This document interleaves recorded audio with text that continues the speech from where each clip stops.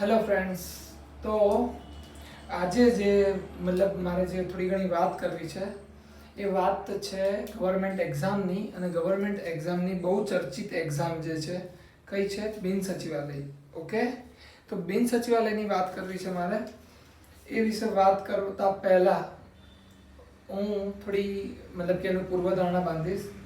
આની પહેલા મેં એક વિડીયો બનાવ્યો હતો કે જેની અંદર મેં તમને કીધું હતું કે 15 મિનિટની એક સિરીઝ લઈને આવી રહ્યો છું હું.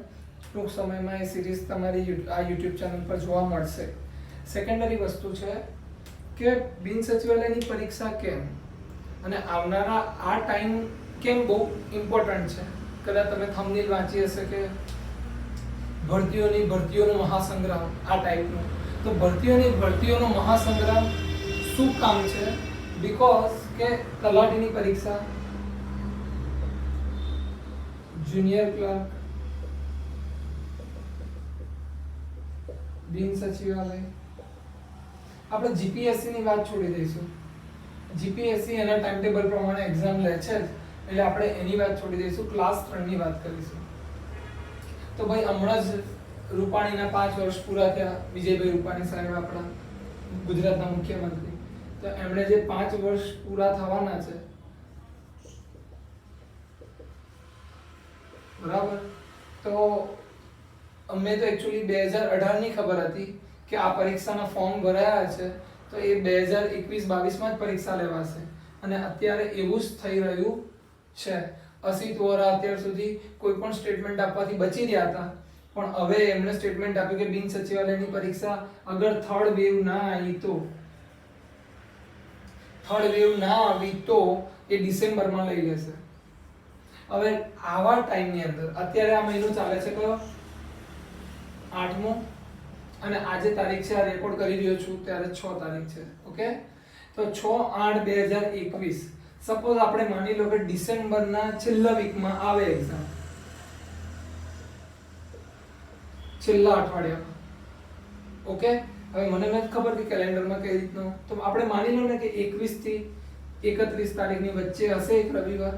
ઓકે, તો અગર એ રવિવારે પરીક્ષા આવે છે તો બી આપણી જોડે કેટલા મહિના રહે? August, September, October, November, December.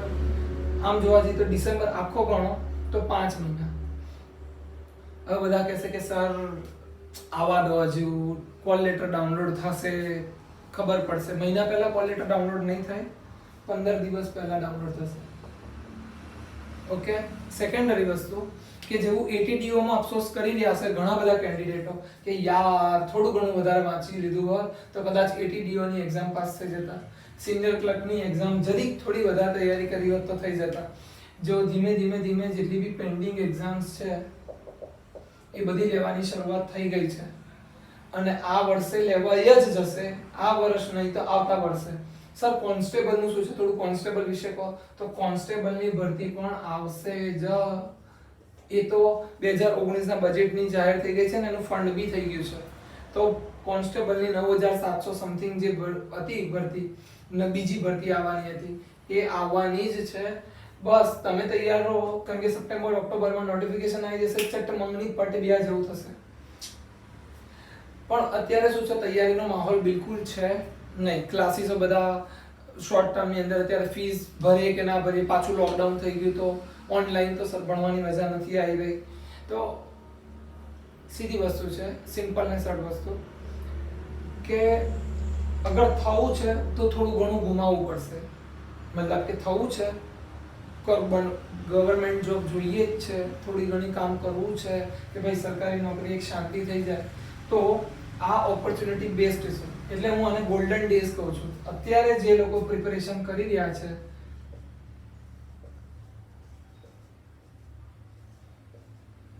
કેમ ગોલ્ડન ડેઝ કહું છું?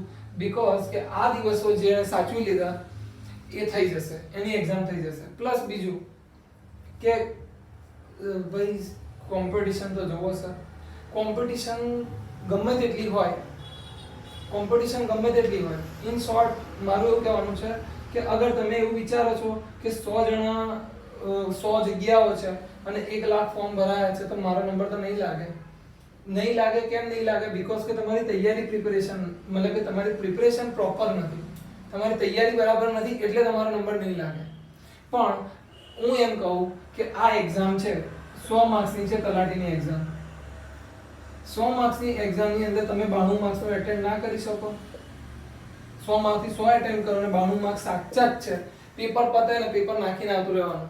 પેપર ઘેર બી નહીં લાવવાની જરૂર. એટલા કોન્ફિડન્સથી તમે એક્ઝામ આપવા જશો, પછી ગમે તેટલા સેટિંગ વાળા હશે, ગમે તેટલું હશે, જોર તમારું નામ આયા વગર નહીં રહે. બીકોઝ કે તમને ખબર છે કે મારા 92 માર્ક્સ તો છે જ છે અને મેરિટ અટકશે તો બી 92 માર્ક્સ અટકશે.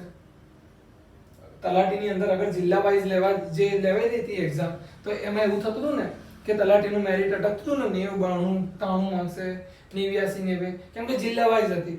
હવે કદાચ સેન્ટ્રલાઇઝ થઈ રહી છે અને સેન્ટ્રલાઇઝ થઈ ગઈ એટલે કે સેન્ટ્રલાઇઝ એટલે આખા સમગ્ર ગુજરાતમાં એક જ પેપર, તો તમારે બિન સચિવાલય જેવી તૈયારી થઈ જશે. યસ ઓર નો? તો આ બધી વસ્તુઓ સમજવા જેવી છે. બિગ એનાઉન્સમેન્ટ શું છે? તો બિન સચિવાલયનો ક્રેશ કોર્સ શરૂ કરી રહ્યા છે. પ્લસ 15 ઓગસ્ટે અમે એક ફ્રી સેમિનાર રાખ્યો છે. ફ્રી સેમિનાર માટે રજીસ્ટ્રેશન કરાવવું કમ્પલસરી છે. એ તમને ડિસ્ક્રિપ્શનમાં લિંક મળી જશે, એની અંદર રજીસ્ટ્રેશન કરાવી દેજો. એ નંબર ઉપર WhatsApp કરવાનું રહેશે. એકચ્યુઅલી મારો નંબર છે, એના ઉપર તમે WhatsApp કરી શકો છો. પ્લસ ગોધરામાં રહેતા હોય તો તમે ઓફલાઈન ક્લાસ માટે આવી શકો છો, અને ગોધરામાં નથી રહેતા અને તમારે એક રિવિઝન, પ્રોપર રિવિઝન, માપ ટુ માપ, એક્ઝામને રિલેટેડ, સીધી વાત, નો બકવાસ, એનું રિવિઝન કરવું છે તમારે અને એના ટેસ્ટ આપવા છે, એની ટેસ્ટ સિરીઝ. તો મેં ટેસ્ટ સિરીઝ માટે ના જે અલગથી એક પેકેજ બનાવ્યું છે કે ઓનલી ટેસ્ટ સિરીઝ આપવી હોય, ઓનલી ટેસ્ટ, અને એ ટેસ્ટનું ડિસ્ક્રિપ્શન અને સોલ્યુશન. ઓકે, તો એનો એ અલગથી ચાર્જ કરવાનું રહેશે, એટલે કે મતલબ કે એ અલગ હશે. અને બીજું, અગર તમારે ઓનલાઈન બેચ પણ ભણવી છે, ઓનલાઈન બેચ પણ કરવી છે, આખી ઓનલાઈન બેચ આખી કરવી છે અને એની જોડે જોડે ટેસ્ટ પણ આપવા છે, પ્રોપર તૈયારી કરવી છે, તો એની ફીસ રહેશે જે ઓફલાઈનની ફી રહેશે એ જ. ઓકે, તો જેટલા બી લોકો ઇન્ટરેસ્ટેડ હોય એ સેમિનાર તો પ્લીઝ એટેન્ડ કરજો. સેમિનારની અંદર શું શું વાતો કરવામાં આવશે તો એના વિશે થોડું, આ એક ટ્રેલર છે, આ ટ્રેલરને તમે સમજો તો આપણે એનું સમજો કે એનું એક્સપાન્શન કરીશું કે પેપર કેવી રીતે ટીક કરવાનું, પેપરમાં કઈ વસ્તુઓ ધ્યાન રાખવાની છે, પ્લસ અમુક સબ્જેક્ટો છોડવાના તો કયા છોડવાના અને કયા પકડી રાખવાના, દરેક વસ્તુ વિશે સેમિનારમાં ડિટેલમાં વાત કરવામાં આવશે. તો આશા કરું છું કે આજની જેટલી બી માહિતી મેં છે એ સમજાય છે, તમને બધી સમજણ પડી હશે. પ્લસ તમે આ વસ્તુ તમારા ફ્રેન્ડ્સ લોકો જોડે મેક્સિમમ શેર કરો આ વિડીયો. પ્લસ બીજું કે ફ્રી ટેસ્ટ, અમે ફ્રી મોક ટેસ્ટનું બી આયોજન કરવાના છે 15મી ઓગસ્ટ પછીના જે સન્ડેમાં છે, તો એ બધા આપી શકશે, એના કોઈ જ ચાર્જ નથી. તો જેટલા પણ લોકો ઇન્ટરેસ્ટેડ હોય તો એ તમે આપી શકશો.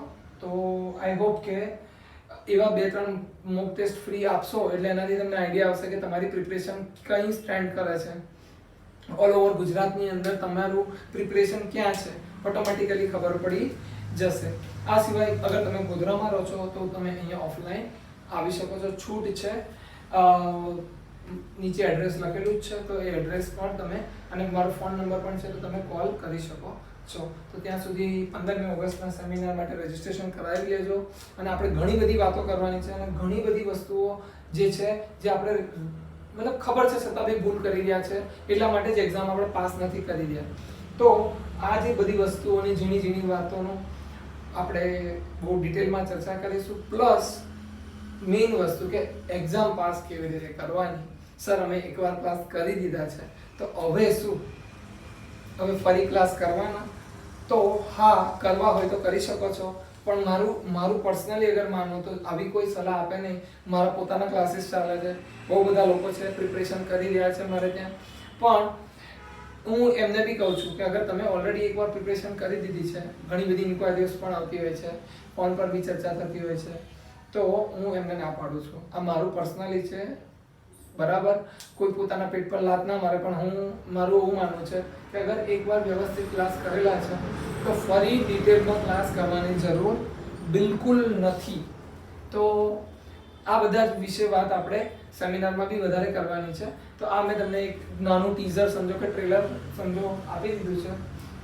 તો હવે અત્યાર સુધી ઊંઘતા હોય તો જાગી જાઓ, કારણ કે ભરતીઓનો ભરતી સંગ્રામ આવી રહ્યો છે અને એ બહુ જ મોટી બધી દર રવિવારે લેવાશે પરીક્ષાઓ. તો જે રીતે ગઈ વખતે ચીટનીસ 2018માં મને યાદ છે જ્યારે ફાઇનલ ચૂંટણી થવાની હતી એના થોડાક ટાઈમ પહેલા સેટરડે સન્ડે બે એક્ઝામો લઈ લીધી હતી. તો છે આ બધી વસ્તુઓ વિશે આપણે વાત કરીશું ડિટેલમાં. સેમિનાર ઓનલાઈન પણ હશે અને ઓફલાઈન બી હશે, તો તમે રજીસ્ટ્રેશન કરાવી શકો છો. ત્યાં સુધી વેટ કરો. પ્લસ તમને જે પેલી ફ્રી સિરીઝ જે છે સબ્જેક્ટની 15 મિનિટ સિરીઝ, એના પર કામ શરૂ થઈ ગયું છે અને એ કામ ચાલુ થઈ ગયા છે. તો તમને MCQ પ્રીવિયસ યરના ક્વેશ્ચન્સ ફટાફટ એક 15 મિનિટની અંદર કેટલા સોલ્વ થઈ શકે છે એનો પણ વિડીયોઝ આવશે. તો એ તમારા રિવિઝન માટે કામ લાગશે. રિવિઝન એટલે જબરદસ્ત રિવિઝન થઈ જશે, જેની અંદર ખાલી તમારે સાંભળવાનું રહેશે, બીજું કંઈ જ કરવાનું રહેશે નહીં. નોટ બનાવી તો નોટ્સ બનાવી શકો છો, છૂટ છે. તો ઓકે, તો રજા લઈએ છીએ અને આશા કરું છું કે બધી જ માહિતી તમને ખબર પડી હશે. ચેનલને લાઈક કરો, શેર કરો અને સબસ્ક્રાઇબ કરો. ત્યાં સુધી જય હિન્દ, જય ભારત.